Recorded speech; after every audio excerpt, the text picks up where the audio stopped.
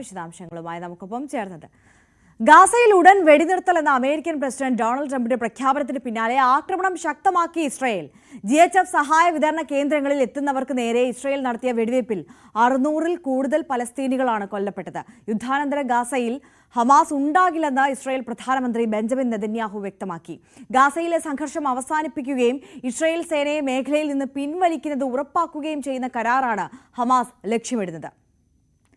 അഭിലാഷ് രാധാകൃഷ്ണൻ കൂടുതൽ വിവരങ്ങളുമായി ചേരുകയാണ്. അഭിലാഷ്, ഈ സമാധാനം ഉടനടി പുലരും എന്നുള്ള വലിയ ആത്മവിശ്വാസത്തിലായിരുന്നു സമാധാനം ആഗ്രഹിക്കുന്ന എല്ലാ മനുഷ്യരും ഉണ്ടായിരുന്നത്.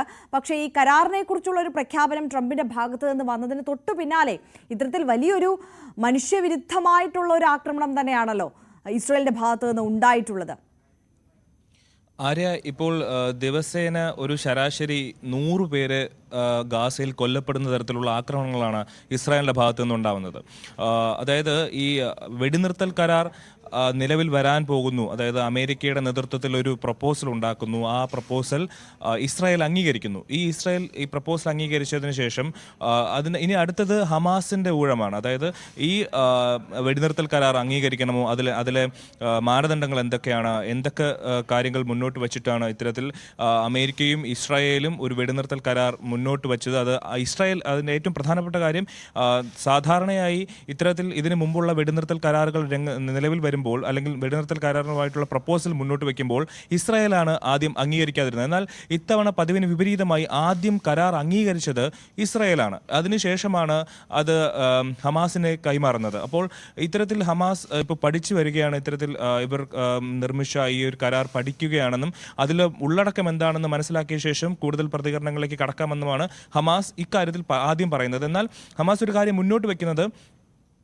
ഗാസയിലെ യുദ്ധം അവസാനിക്കണം. അതിന് വേണ്ടത് എന്താണോ അത് അമേരിക്കയും ഇസ്രായേലും ചെയ്യണം. അതായത് ഹമാസ് മുന്നോട്ട് വയ്ക്കുന്ന കാര്യം, ബന്ദികളെ പലസ്തീനിൽ നിന്ന് പിടിച്ചുകൊണ്ടുപോയ ബന്ദികളെ ഇസ്രായേൽ കൈമാറണം. അതുപോലെ തന്നെ ഗാസ മുനമ്പിൽ നിന്ന് ഇസ്രായേലിൻ്റെ സൈന്യം പിന്നോട്ട് പോകണം. ഇതാണ് ഹമാസിൻ്റെ ആവശ്യം. എന്നാൽ ഈ ഒരു ആവശ്യം ഒരു തരത്തിലും അംഗീകരിക്കില്ല എന്നുള്ള കടുത്ത നിലപാടിൽ തന്നെയാണ് ഇസ്രായേൽ ഇപ്പോഴും നിൽക്കുന്നത്. ഇപ്പോൾ ഏറ്റവും അവസാനമായി ബെഞ്ചമിൻ നെതന്യാഹു പറഞ്ഞത്, ഏതെങ്കിലും തരത്തിൽ യുദ്ധം അവസാനിക്കുന്നുണ്ടെങ്കിൽ അന്നത്തോടു കൂടി തന്നെ ആ ദിവസമായിരിക്കും ഹമാസിൻ്റെ അവസാനം.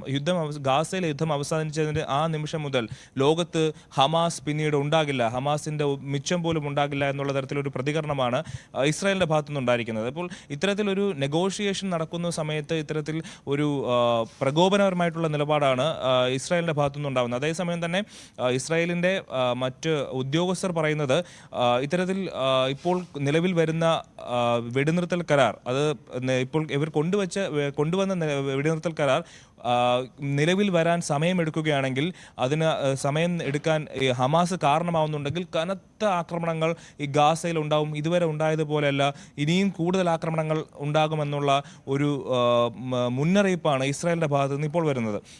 അതിനൊരു തുടക്കം എന്ന തരത്തിൽ വേണമെങ്കിൽ കഴിഞ്ഞ ദിവസം ഈ നടന്ന ആക്രമണത്തെ നമുക്ക് കണക്കാക്കാം, അല്ലെ? ഈ ഹമാസ് എത്രത്തോളം വേഗത്തിൽ ഈ കരാറുമായി അംഗീകരിക്കപ്പെടുന്നു എന്നതനുസരിച്ചിരിക്കും ഇസ്രായേൽ ആക്രമണം കടുപ്പിക്കുന്നതും ലഘൂകരിക്കുന്നതും. അതിനപ്പുറം ഇസ്രായേലിനെ സംബന്ധിച്ച് നമുക്കറിയാം, അവരുടെ ഏറ്റവും വലിയ ഒരു ആശങ്ക നിലനിൽക്കുന്നത് ഒരൊറ്റ കാര്യത്തിലാണ്, ഹമാസിന്റെ കയ്യിലുള്ള ഇസ്രായേലി ബന്ദികളെ സംബന്ധിച്ച്. അത് വിട്ടു നൽകുന്ന കാര്യത്തിലും ഒരു ധാരണയിലേക്ക് ഹമാസ് എത്രയും പെട്ടെന്ന് എത്തണം എന്നുള്ള ഒരു ആവശ്യം കൂടി ഇസ്രായേൽ മുന്നോട്ട് വയ്ക്കുന്നുണ്ടോ ഈ ഘട്ടത്തിൽ? ആര്യ, നമുക്കറിയാം, കഴിഞ്ഞ ഞായറാഴ്ചയാണ് American president Donald Trump truth social എന്ന അദ്ദേഹത്തിൻ്റെ ഒരു സമൂഹ മാധ്യമ പോസ്റ്റിൽ കുറിച്ചിരിക്കുന്നത് ഇങ്ങനെയാണ്. അതായത് ഗാസയിലെ യുദ്ധം എത്രയും പെട്ടെന്ന് അവസാനിക്കണം, ബന്ദികളെ പരസ്പരം വിട്ടു നൽകണം, ഇത് ഇനി നീട്ടിക്കൊണ്ട് പോകാൻ കഴിയില്ല എന്ന് ഇസ്രായേലിനെയും ഹമാസിനെയും സൂചിപ്പിച്ചുകൊണ്ട് ട്രംപ് പറഞ്ഞത് ഈ കഴിഞ്ഞ ഞായറാഴ്ചയാണ്. അതിൻ്റെ തലേ ദിവസം മുതൽ അതിശക്തമായ ആക്രമണമാണ് ഇസ്രായേൽ ഗാസയിൽ നടത്തുന്നത്. ദിവസേന 100 പേരടക്കം കൊല്ലപ്പെടുന്ന തരത്തിലാണ് ആക്രമണങ്ങൾ നടക്കുന്നത്.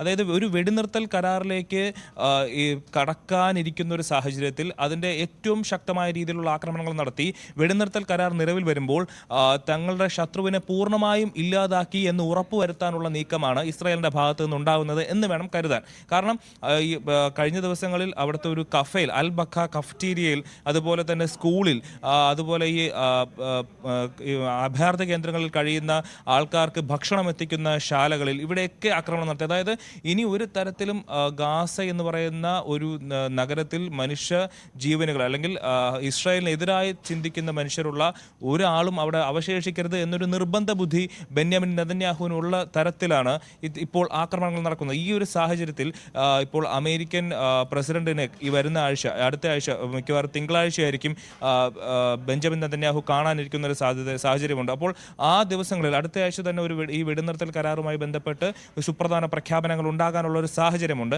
അതിനു മുമ്പ് തന്നെ ഹമാസിന്റെ കേന്ദ്രങ്ങളെയും അതുപോലെ ഹമാസിനെ അനുകൂലിക്കുന്ന ആൾക്കാരെയും നശിപ്പിക്കുക എന്നുള്ള ഒരു നീക്കത്തിലേക്കാണ് ഇപ്പോൾ ബെന്യാമിൻ നെതന്യാഹു കടക്കുന്നത്. എന്തായാലും ഇപ്പോൾ ഇന്ന് കഴിഞ്ഞ ദിവസം 111 പേരാണ് അവിടെ കൊല്ലപ്പെട്ടത്. അതിൽ ഒരുപാട് പേർ, 400ഓളം പേരുടെ വീടുകളും നഷ്ടമായിട്ടുണ്ട്. അവിടുത്തെ ഒരു കെട്ടിടങ്ങളും സമുച്ചയങ്ങളും അതുപോലെ തന്നെ അവിടുത്തെ വ്യാപാര സ്ഥാപനങ്ങളും കഫറ്റീരിയം അടക്കം നശിപ്പിച്ച് ഒരു സമ്പൂർണ്ണമായി തകർക്കുന്ന തരത്തിലേക്കാണ് ഇപ്പോൾ ഇസ്രായേലിന്റെ നടപടികൾ മുന്നോട്ട് പോകുന്നത്. ഈ ഒരു ഇപ്പോൾ കഴിഞ്ഞ ദിവസം തന്നെ ബെന്യാമിൻ നെതന്യാഹുവിൻ്റെ മുഖ്യ ഉപദേശകൻ ഡോൺ ഡെർമറുമായിട്ട് വാഷിംഗ്ടണിൽ ഡൊണാൾഡ് ട്രംപ് കൂടിക്കാഴ്ച നടത്തിയിരുന്നു. ആ സമയത്തും ഇരുവരും കൂടിക്കാഴ്ച നടത്തിയതിനു ശേഷം അമേരിക്ക പുറത്തുവിട്ടത് ഇത്തരത്തിൽ വെടിനിർത്തൽ കരാറിന് വേണ്ടിയിട്ടുള്ള ശക്തമായ ശ്രമങ്ങൾ നടക്കുകയാണ്. ഈ ഒരു സാഹചര്യത്തിൽ എത്രയും വേഗം തന്നെ ഒരു വെടിനിർത്തൽ കരാർ രംഗത്ത് വരും. 60 ദിവസം നീണ്ട കരാറായിരിക്കും വരിക. ഈ വെടിനിർത്തൽ കരാർ പ്രാബല്യത്തിൽ വരുന്ന സമയം തൊട്ട് തന്നെ യുദ്ധം അവസാനിപ്പിക്കാനുള്ള ശ്രമങ്ങൾ ഇരു രാജ്യങ്ങളും, അമേരിക്കയും ഇസ്രായേലും അതുപോലെ തന്നെ ഹമാസുമായി ബന്ധപ്പെട്ട് ചേർന്നുകൊണ്ട് തന്നെ അത്തരത്തിൽ നീക്കങ്ങൾ നടക്കും. ഒടുവിൽ ഒരു യുദ്ധം ഇല്ലാത്തൊരു കാലത്തേക്ക് തന്നെ പശ്ചിമേഷ്യ എത്തും. അതെ അഭിലാഷ്, ഇന്നലെ ട്രംപ് പ്രഖ്യാപിച്ചത് ശാശ്വതമായ ഒരു സമാധാനം പുനഃസ്ഥാപിക്കപ്പെടും അവിടെ എന്നുള്ളതാണ്. അതിന് മുന്നോടിയായിട്ടാണ് ഈ 60 ദിവസത്തെ വെടിനിർത്തൽ കരാറിലേക്ക് കടക്കുന്നത് എന്നത്. ആ പ്രഖ്യാപനം വന്നതിന് ശേഷം മറ്റ് ലോകരാജ്യങ്ങളൊക്കെ ഈ വിഷയത്തോട് ഏത് തരത്തിലാണ് പ്രതികരിക്കുന്നുണ്ടോ? അതോടൊപ്പം ട്രംപ് സൂചിപ്പിച്ച ഒരു കാര്യമുണ്ട്, ഈ സമവായ നീക്കത്തിൽ ഖത്തറും ഈജിപ്തും ഒരേപോലെ നിർദ്ദേശങ്ങൾ മുന്നോട്ട് വെക്കണം എന്നുള്ളത്. മറ്റ് അറബ് രാഷ്ട്രങ്ങളൊക്കെ ഈ വെടിനിർത്തൽ കരാറുമായി ബന്ധപ്പെട്ടിട്ടുള്ള പ്രതികരണങ്ങൾ നടത്തിയിട്ടുണ്ടോ? എത്രയും വേഗം, അതായത് അറബ് രാജ്യങ്ങളടക്കം UK, ഫ്രാൻസ്, ജർമ്മനി തുടങ്ങിയ രാജ്യങ്ങളടക്കം, ഇന്ത്യ അടക്കം വെടിനിർത്തൽ എത്രയും വേഗം നിലവിൽ വരണം, ഗാസയിലെ ആക്രമണങ്ങൾ എത്രയും വേഗം നിർത്തണം എന്നുള്ള ഒരു നിലപാട് തന്നെയാണ് സ്വീകരിക്കുന്നത്. ഇപ്പോൾ UAE ആയാലും ശരി, ഖത്തർ ആയാലും ശരി, ഖത്തറും ഈജിപ്തുമാണ് സത്യം പറഞ്ഞാൽ ഈ ഒരു വെടിനിർത്തൽ കരാറുമായി ബന്ധപ്പെട്ടുള്ള ചർച്ചകൾ മുന്നോട്ട് നയിക്കാൻ അമേരിക്കയ്ക്കൊപ്പം നിൽക്കുന്നത്. ഇതിനു മുമ്പ് ഈ വർഷം തുടക്കം തന്നെ ഒരു വെടിനിർത്തൽ കരാർ രംഗത്ത് നിലവിൽ വന്നിരുന്നതാണ്. ഏതാണ്ട് 60 ദിവസത്തോളം നീണ്ടു നിൽക്കുന്ന ഒരു വെടിനിർത്തൽ കരാർ നിലവിൽ വന്നു. അതിനുശേഷം അവിടെ ആളുകൾ ആഘോഷിക്കാൻ തുടങ്ങി. അത്തരത്തിൽ പരസ്പരം മധുരം നൽകുകയും സ്വന്തം വീടുകളിലെത്തിയതും ഒരുപാട് ഹോസ്റ്റേജസിന് അന്ന് ഇസ്രായേൽ വിട്ടു നൽകുകയും ചെയ്തിരുന്നു. ഈ ഒരു സാഹചര്യത്തിൽ ആ ഒരു വെടിനിർത്തൽ കരാർ നിലവിൽ വന്ന് ദിവസങ്ങൾക്കൊക്കെ തന്നെ വീണ്ടും ആക്രമണങ്ങൾ തുടങ്ങിയ ഒരു സാഹചര്യം ഉണ്ടായിരുന്നു. ആ ഒരു സാഹചര്യം ഉണ്ടാവാതിരിക്കാനുള്ള ശക്തമായ നടപടികൾ ഇത്തവണ ഉണ്ടാവണം. ഇത്തവണത്തെ വെടിനിർത്തൽ കരാർ നിലവിൽ വരുമ്പോൾ വീണ്ടും അത് ലംഘിക്കപ്പെടുന്ന ഒരു സാഹചര്യം ഉണ്ടാകാതിരിക്കാനുള്ള ശ്രമങ്ങൾ അമേരിക്കയുടെയും ഇസ്രായേലിന്റെ ഭാഗത്തുനിന്ന് ഉണ്ടാവണമെന്ന് ലോകരാജ്യങ്ങളെല്ലാം ആവശ്യപ്പെടുന്നുണ്ട്. ഈ ഒരു സാഹചര്യത്തിൽ അതുപോലെ തന്നെ ഇപ്പോൾ ഇസ്രായേലിൻ്റെ ഭാഗത്തു നിന്ന് അവർക്ക് ഏറ്റവും പ്രധാനമായും വേണ്ടത്, അവർക്ക് ഇപ്പോൾ നിലവിൽ ഹമാസിൻ്റെ കയ്യിലുള്ള ഇസ്രായേലി ബന്ദികളെ എത്രയും വേഗം വിട്ടു നൽകണമെന്നുള്ളതാണ്. അത് വിട്ടു നൽകിയതിന് ശേഷം മാത്രമേ ഇത്തരത്തിൽ ഒരു വെടിനിർത്തൽ കരാറിലേക്ക് എത്തൂ.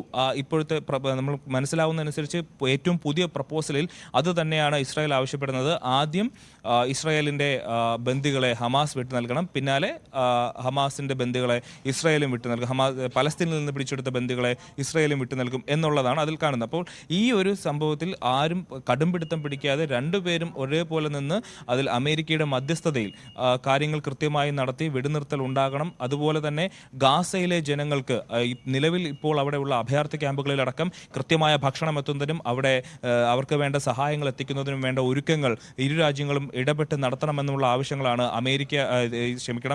UK, ഫ്രാൻസ്, അറബ് രാജ്യങ്ങളെല്ലാം ആവശ്യപ്പെടുന്നത്. ഈ ഒരു ഇന്ത്യ അടക്കം ആവശ്യപ്പെടുന്നുണ്ട്. ആര്യ, തീർച്ചയായും. അഭിലാഷ് രാധാകൃഷ്ണനാണ് വിശദാംശങ്ങളുമായി ചേർന്നത്.